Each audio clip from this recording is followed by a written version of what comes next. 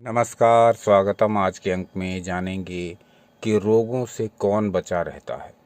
शारीरिक और मानसिक रोग किसे नहीं होते।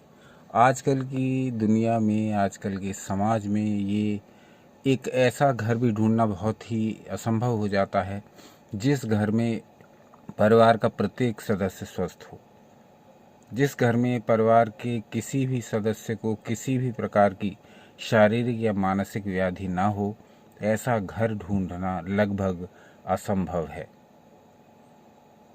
तो विभिन्न चिकित्सा पद्धतियों में रोग की तो चिकित्सा है। आपको कोई रोग हो जाए तो आप उसके ट्रीटमेंट के लिए उस पैथी का प्रयोग करते हैं, जिस पैथी में आपका विश्वास है, जिस पैथी से आप चिकित्सा कराते हैं, उसी पैथी से आप रोगों का इलाज करते हैं। परंतु पूरे विश्व में केवल भारत ही एक ऐसा देश है जिसमें रोग हो ही ना, हम निरोग बने रहें सदा, इसके लिए जो प्रिकॉशंस हैं वो दिए गए हैं। पूरे विश्व में केवल आयुर्वेद ही एक ऐसी पैथी है जिसमें हमें रोग हो ही ना, हम सदा निरोग बने रहें, इसके बारे में भी बताया गया है। रोगों की चिकित्सा के बारे में तो बताया ही गया है, लेकिन वो रोग हमें हो ही ना, इसके बारे में बड़ा विस्तार से वर्णन किया गया है। आप कहेंगे तो एक एक रोग के विषय में, हम वो रोग हमें क्यों होते हैं, किस कारण से वो रोग हमें लग जाते हैं, हम अलग अलग रोगों के विषय में ये सारी जानकारी जिसके बारे में आयुर्वेद कहता है वो सब आपके सामने प्रस्तुत करेंगे। आज के अंक में हम केवल ये विचार करेंगे कि किस प्रकार का व्यक्ति सदा स्वस्थ रह सकता है। जब तक कि उसका कोई प्रारब्ध ना हो, पूर्व जन्म के कर्म उदित ना हो, तब तक वो पूर्णतः स्वस्थ बना रह सकता है इस बात का, इस श्लोक का पालन करके। तो क्या है वो श्लोक, सीधे विषय पर आ जाते हैं। आपकी स्क्रीन पर चरक संहिता नामक ग्रंथ से, जो कि महर्षि चरक द्वारा कही गई है, आपकी स्क्रीन पर एक श्लोक प्रदर्शित हो रहा है। इसको ध्यान से देखिए। कहा गया, मतिवर्चः कर्म सुखानुबंधम सत्वम विधेयम विशदाच शुद्धि। इसको फिर से पढ़ते हैं।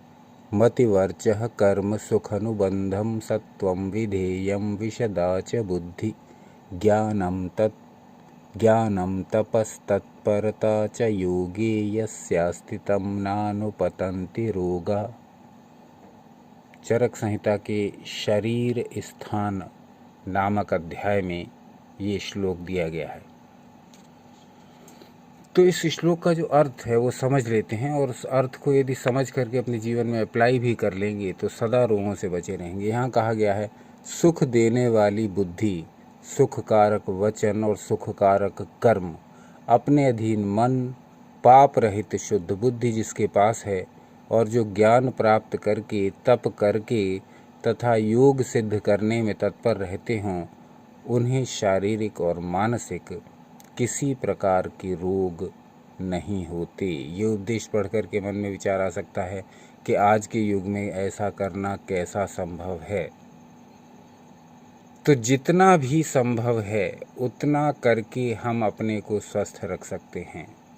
हम ऐसे कर्म करें, हम मात्र ऐसे कर्म करें जो हमारे लिए सुख देने वाले हों। हम कर्मों का विचार करके कर्म करें। क्या खा रहे हैं, कब सो रहे हैं, कब जग रहे हैं, इस आधुनिक जीवन के साथ तादाद में बनाने के चक्कर में, इस आधुनिक जीवन के साथ कदम ताल मिलाने के चक्कर में कहीं हम अपने शरीर को और कहीं हम अपने मन को रोगी तो नहीं करते जा रहे हैं।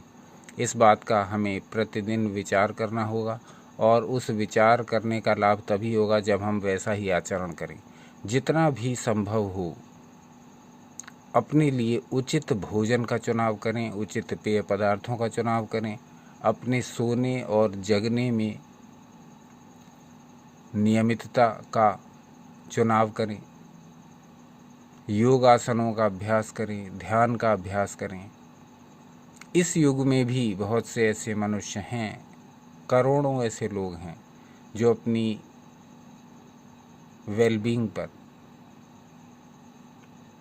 जो अपने स्वास्थ्य पर आज भी पूरा ध्यान दे रहे हैं और उसके लाभ भी ले रहे हैं। तो ज़माने को दोष देना गलत है। जब तक हम स्वयं नहीं चाहें अपने को रोगी बनाना, हमें कोई रोगी नहीं बना सकता है।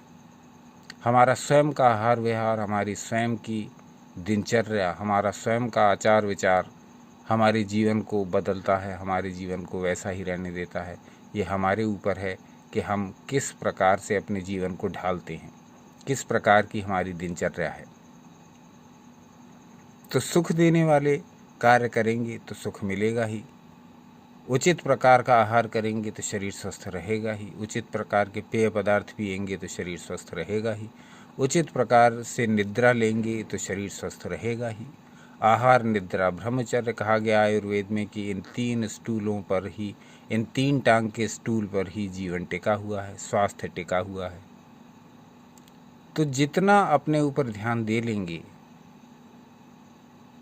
उतना ही स्वस्थ रहेंगे। कोई दूसरा आपको स्वस्थ करने के लिए आएगा नहीं। स्वयं को सोचना है कि हमें सुखकारी कार्य क्या क्या करने हैं, हमें सुखकारी आहार विहार क्या क्या करना है, हमें योग करना है कि नहीं करना है, हमें ध्यान करना है कि नहीं करना है, हमें निरंतर उचित प्रकार का ज्ञान प्राप्त करते रहना है कि नहीं करते रहना है, हमारी संगति किस प्रकार की हमें रखनी है, किन किन लोगों के साथ हमारा उठना बैठना है, उस पर ध्यान देना है कि नहीं देना है। सारी बातें कह दी गई हैं, सारी बातें लिख दी गई हैं, सारी बातें समझा दी गई हैं, परंतु उन बातों का लाभ तभी है जब हम उन्हें अपने जीवन में अपनाएं। जीवन में अपना करके उन बातों का पूरा पूरा लाभ प्राप्त करें। सब किए का कर्तव्य है, जैसे कर्म करते हैं वैसे वैसे फल प्राप्त करते जाते हैं। नशे की ओर उन्मुख होते हैं तो पतन की गर्त में गिरते चले जाते हैं। जब बुरी संगति में पड़ जाते हैं तो पतन की गर्त में गिरते चले जाते हैं। जब अपने जीवन को स्वयं संवारने की चेष्टा करने लगते हैं तब धीरे धीरे सुधार भी आने लगता है। जब अपने भोजन पर, जब अपने पेय पदार्थों पर, जब अपनी संगति पर, जब अपनी निद्रा पर, जब अपने कर्मों पर वाच करने लगते हैं, ऑब्जर्व करने लगते हैं, तो उसके रिजल्ट्स भी आने लगते हैं। तो सब अपने ही हाथ में है। सर्व परवशम दुखम, जो काम दूसरों के वश में हैं वो दुख देने वाले हैं, और स्ववशम परमम सुखम, जो काम स्वयं के वश में हैं, जो स्वयं करके किए जाते हैं, जो स्वयं, जिनको स्वयं करना होता है, जो अपने अधीन है कर्म, वो सारे काम सुख देने वाले हैं। दूसरों पर डिपेंडेंसी हमेशा दुख देने वाली है, और जो काम अपने अधीन है, जो काम हम स्वयं कर सकते हैं, वो सारे काम सुख देने वाले हैं।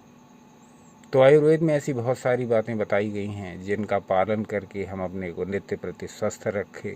न सिर्फ स्वस्थ रह सकते हैं बल्कि अपने इस जीवन को पूरी तरह से जी सकते हैं, क्योंकि जो व्यक्ति स्वस्थ है वही इस जीवन के सुख, धन, भोग, ऐश्वर्य का भली प्रकार आनंद ले सकता है। रोगी व्यक्ति के लिए तो सभी कुछ व्यर्थ ही है।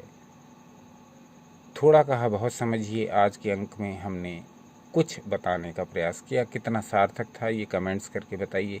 वाजीकरण विषय पर आपके बहुत से कमेंट्स आ रहे हैं। यौन विषय से संबंधित अगला वीडियो आपके सामने शीघ्र ही प्रस्तुत कर देंगे। अपना अमूल्य समय देने के लिए हार्दिक धन्यवाद।